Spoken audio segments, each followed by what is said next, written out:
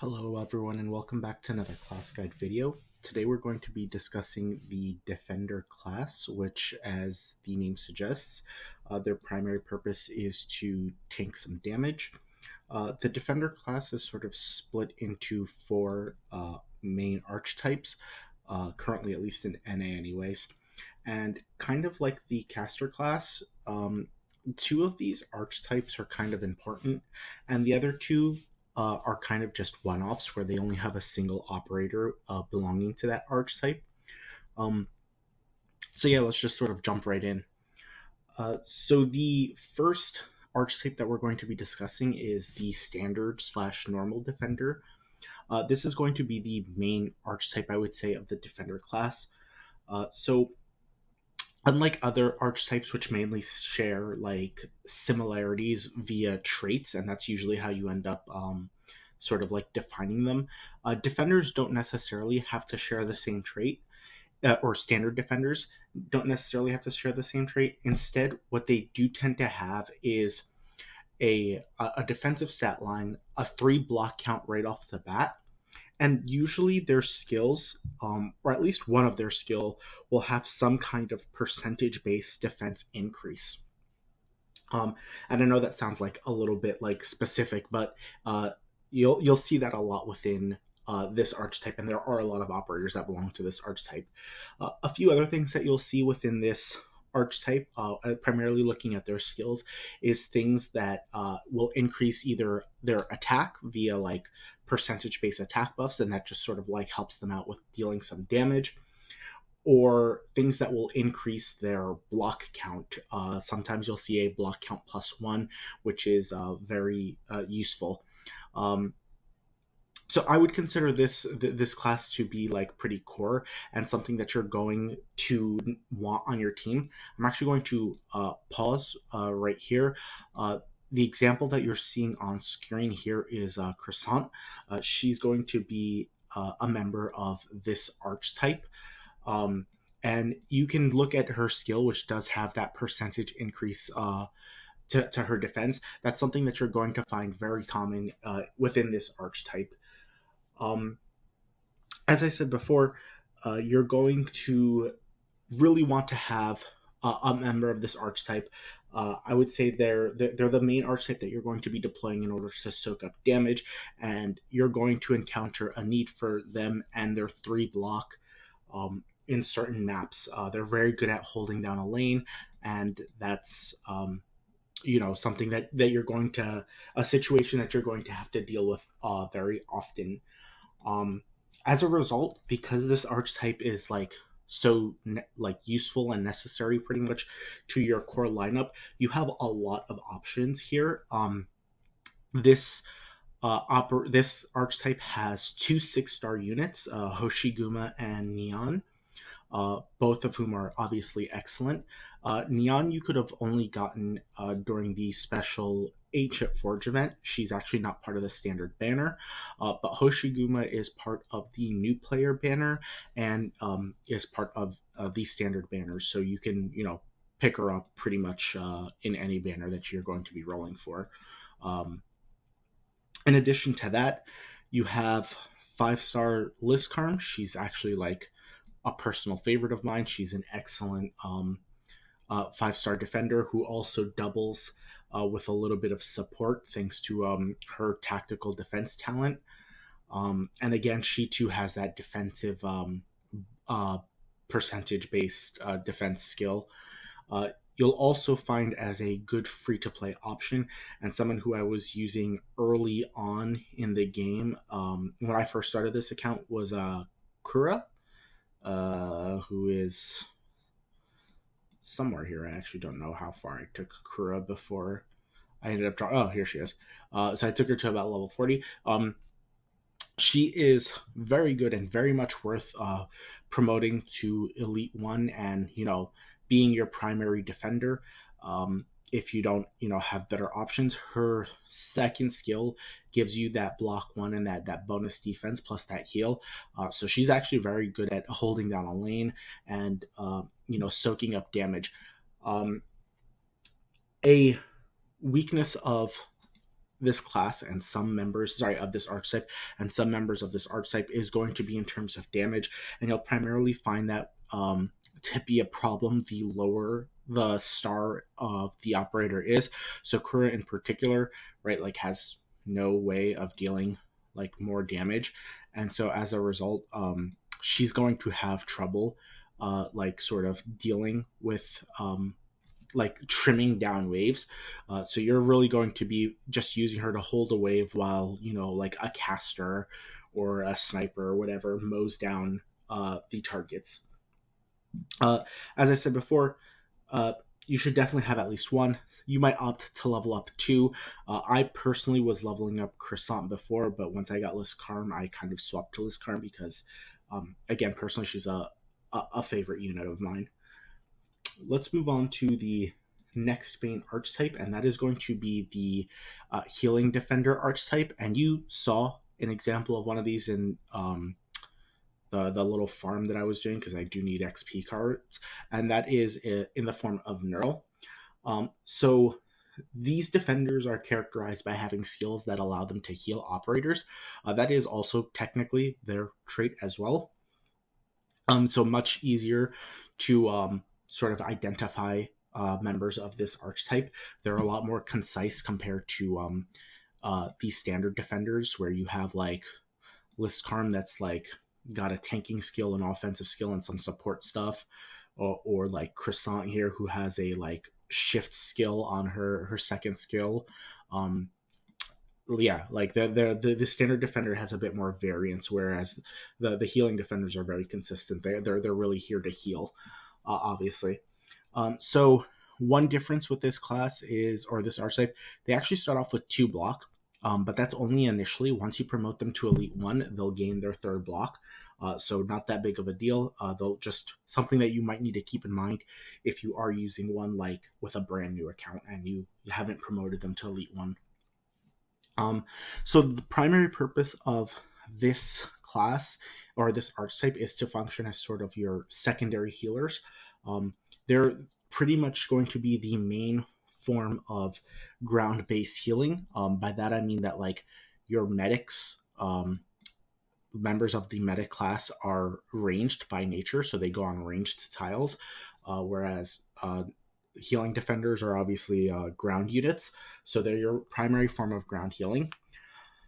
You'll be using them usually as either a supplemental healer, so in conjunction with a medic, just because in some maps you don't necessarily need to bring 2 healers. You could bring like just one medic and then like one healing defender to sort of supplement the healing, and you're good. That lets you like trim down on medics, and in certain other stages, particularly you'll see this in contingency contracts, which is coming to the US tomorrow. You'll have flat out bans on the medic class, in which case members of this archetype pretty much become your primary healers. And so you'll really find this archetype to be quite useful.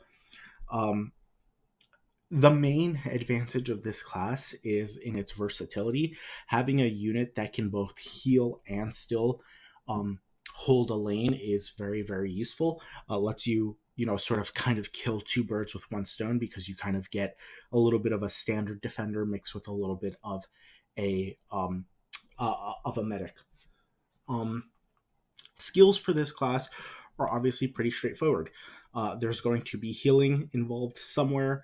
How the healing works, there are some that are going to be like single target heals. There are some that are going to be AoE heals. This second skill right here, like the stop attacking and focus on healing surrounding allies, is a very popular aspect of this class. You'll see this a lot with, you'll see it here on Nerl, and then you also see it on 4-star Kumi as well. I'm actually not sure if I have Kumi. I know I definitely don't have her leveled up. Oh yeah, I do. Yeah, so you'll see this in her, I believe it's her 2nd skill. Yes, starts cooking, focus on healing not nearby allies. So you'll see that focus on healing allies quite often.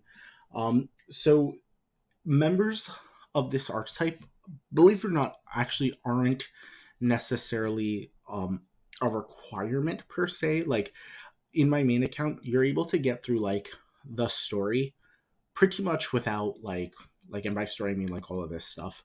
Um, Pretty much without ever having to need a member of this archetype. In fact, I did not level up a member of this archetype until while I was doing this story, but they are very, very useful. And they just sort of let you, in some maps, field additional attackers as opposed to healers. And of course, like I said, in contingency contracts, they're very, very useful. And so as a result, even though they're not core, they're something that I would recommend that you definitely have, right? Like they're highly recommended that you level up at least one of these. Um, and so you do have some good options here. The 6-star variant is Saria, and obviously, if you get her, she is very good. In fact, she's pretty much the most popular operator used in contingency contracts.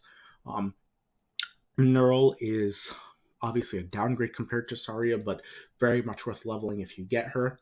Gumi is notable, particularly because if you are willing to spend 99 cents, you can guarantee getting her along with a few like extra bonuses.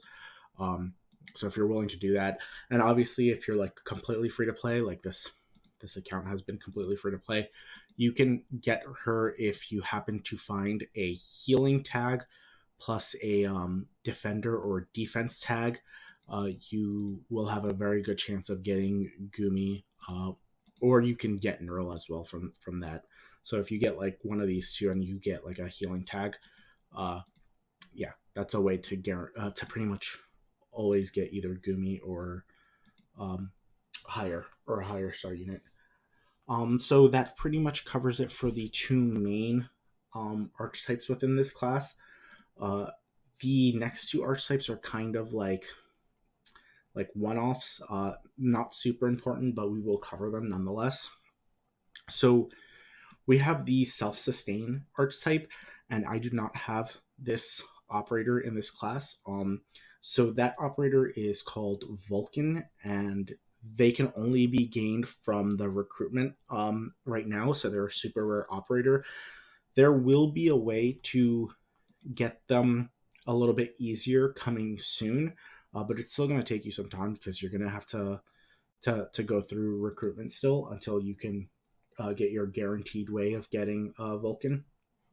But this archetype is very similar to its guard counterpart, which was has Helger, which is that they can't be healed by allies, but they have their own way of sort of self-sustaining. So Vulcan is like Helliger, like Vulcan's healing restriction can be ignored by global healing, like found in Lavender's passive. She's somewhere here, yeah. So like Lavender's talent will ignore that healing restriction, and like Helliger, she possesses some innate way to heal herself. And in the case of Vulcan, it comes through whenever her skills are active. Vulcan possesses also an offensive stat line, so that's probably something that's part of this class. So that actually means like they have tremendously higher attack than you would normally see in the like defender class, right? Like defenders normally have a very defensively skewed stat line with like higher defense than their attack. Um, and Vulcan also possesses like really high HP. That's again par for the course for this like self-sustaining archetype, just because they kind of rely on that high HP pool in order to compensate for the fact that they can't be healed. So obviously, when you have like one archetype, you can't really make like sweeping generalizations on skills, just because there's not a lot to choose from. In the case of Vulcan, one thing we do know is that her skills possess really high SP costs, so you're not going to be taking advantage of her self-sustain very often. And so you're going to have to plan that out very carefully, just because there's more opportunities for you to like sort of not have her like for her to sort of die just because you won't have her skills up. And in the case of Vulcan, she's got two skills. One of them is more of a defensive skill. The other one's more of an offensive skill. Kind of turns her into an AOE guard with that skill, with her offensive skill. But yeah, we don't really know if that's like part of the archetype, just because yeah, we don't really only have one unit. Um, if you do happen to get Vulcan, I would say she's very much worth considering. However, I wouldn't say that they're like core, and their inability to be healed by other operators kind of makes them a bit more difficult to use. Uh, and in my opinion, I just sort of feel like if you're a new player, you should kind of stick to sort of like the main goals of the class just in the beginning while you're fleshing out your squad. So like in the beginning, I would say focus on like defenders that are going to be soaking up damage rather than defenders that are going to be dealing damage, right? Because you'll have other classes that are specifically designed to deal like melee damage, right? Like that's the point of guard classes, right? And so there's no point, in my opinion, with a fresh account anyway, um, leveling an operator like Vulcan, who is going to be a lot trickier for a brand new player to use, um, than say someone like Listkarm or even someone like Croissant or Kura, when they are capable of doing the primary role of a defender very well. So again, not to say that Vulcan's a bad unit. By no means is that true. Like she's very good. She's a very good unit and very much worth considering. But until you have like a standard defender and even say like a healing defender that are well leveled up, I would sort of like hold off on Vulcan, and then just sort of like double back to her later.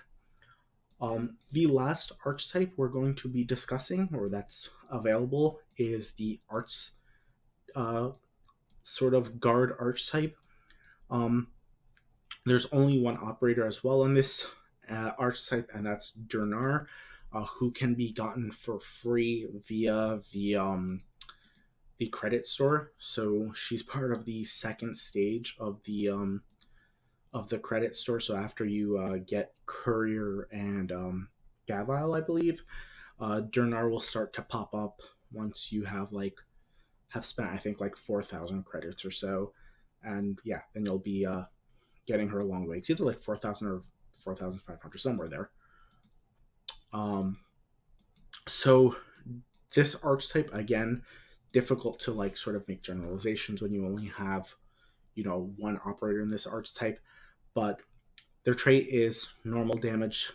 So normal attacks will deal arts damage when their skills are active. Stat line seems to be kind of balanced-ish, with like an even spread within like the attack and defense. She even has a talent that's like evenly promotes attack and defense, um, and has skills that are offensive focused, right? So 20% attack, and then you saw before when she her second skill, she gets still 20% attack and attacks all blocked enemies. So obviously dealing arts damage is very, very good. It lets you deal with high defense enemies. So yeah, that's obviously like nice and that's okay. However, I think this archetype kind of suffers from the same issues as with the previous archetype that we were discussing, which is for a new player, again, I just highly recommend getting a like standard defender and a healing defender leveled up first, just because those are going to be much more core and much more important than having a defender that is dealing damage. So kind of something, kind of an archetype that I feel is like you can shelve a bit to the side. And then I also just think that Dernar suffers from a few other weaknesses, namely that she like this stealing arts damage isn't really exclusive to just this archetype. So operators like Listkarm in the standard defender have a skill that is capable of turning their damage to arts. Yes, it comes with a 5-second stun demerit on that skill, but the fact is arts damage isn't exclusive just to like that archetype. If you get 6-star Neon, or you already managed to get her, she too has a skill that converts her damage to arts damage. So as a result, like I feel like that really kind of like lessens the value of this archetype. Again, that could also just be because she's a 4-star unit. We don't know what like a 6-star unit of this operator would look like. But yeah, I kind of feel like this is an operator that you would definitely hold off on as well. Very much so, I would say focus on your standard and your healing defenders. So that pretty much is it for this class. Um, with the conclusion of this video, we are now down to only 3 classes left. And yeah, the next class video is going to be the medic class, and I hope to see everyone in that video. And it probably won't be tomorrow, just because we are getting the CC event very soon, if I'm not mistaken. That's coming tomorrow. So there'll probably be some videos on that, as well as the bagpipe banner once it pops up. So we'll have to discuss that banner as well. But the next class guide video will definitely be on the medic class. So hope to see everyone then.